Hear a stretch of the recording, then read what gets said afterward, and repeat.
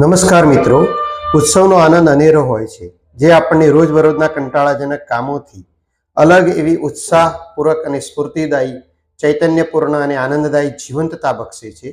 અહીં ખાસ એક જ તકેદારી રાખવાની છે કે આપણો ઉત્સાહ કોઈનો વિષાદ અને દુઃખનું કારણ ન બને. પ્રકૃતિમાં આપણા અસ્તિત્વની સાથે અન્ય જીવોનું અસ્તિત્વ પણ છે અને તેમનું મહત્વ પણ આપણા જેટલું જ છે. આપણા અહમને કારણે આપણે તેને અવગણી ન શકીએ, નહીતર પ્રકૃતિ એની સજા કરે જ છે, જેનો અનુભવ આપણે રોજબરોજ કરી રહ્યા છીએ. આજની મૂળ વાત એ છે કે પતંગ ચગાવવાની મજા લીધા બાદ આપણા રહેવાસની આજુબાજુમાં, આપણી નોકરી કે કામધંધાના સ્થળની આસપાસ જ્યાં પણ ચાઇનીઝ દોરી કે અન્ય દોરી દેખાય તો તેને ભેગી કરી તેનો નાશ કરીશું અથવા અન્ય કોઈ ઉપયોગમાં લઈશું, જેથી કરીને પ્રકૃતિ પણ થોડા ઘણા અંશે રાજી રહે. ભગવાન સૂર્યનારાયણ આપણા જીવનની અંદર તેજસ્વીતા, ઉત્સાહ, સ્ફૂર્તિ અને આનંદ આપે તેવી જ મકર સંક્રાંતિની ખૂબ ખૂબ શુભેચ્છાઓ. ધન્યવાદ.